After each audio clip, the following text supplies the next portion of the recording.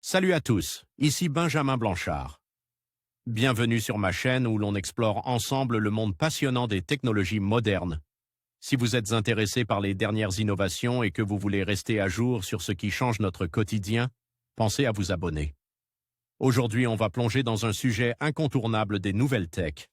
Prêts à découvrir? C'est parti! Des chercheurs ont découvert une propriété curieuse du plasma, constitué de particules ionisées surchauffées, qui permet de refroidir une surface. Ils espèrent créer un rayon glaçant, capable de refroidir les composants électroniques dans l'espace et en haute altitude.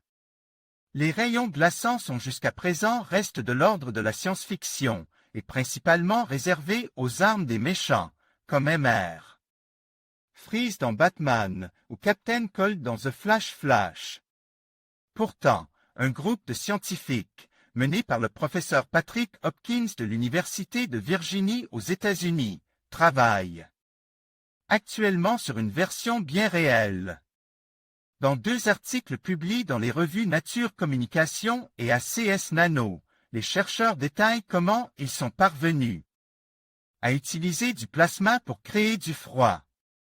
L'idée est particulièrement contre-intuitive puisque le plasma, qui correspond au 4e état de la matière, est constitué de particules ionisées à des températures extrêmement élevées. Refroidir avec un plasma chaud.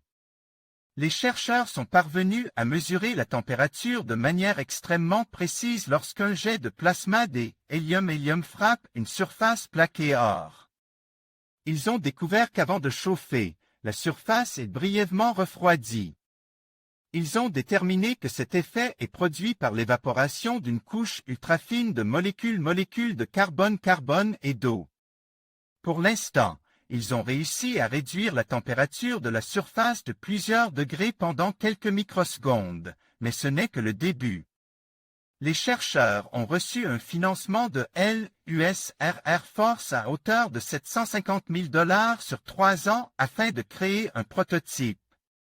Cette technologie pourrait notamment être utilisée dans les engins spatiaux et les avions volants à haute altitude pour refroidir les composants électroniques, lorsque la densité de l'air est trop faible pour évacuer la chaleur. Les chercheurs ont prévu de tester d'autres gaz que l'hélium, ainsi que l'interaction du plasma avec d'autres matériaux.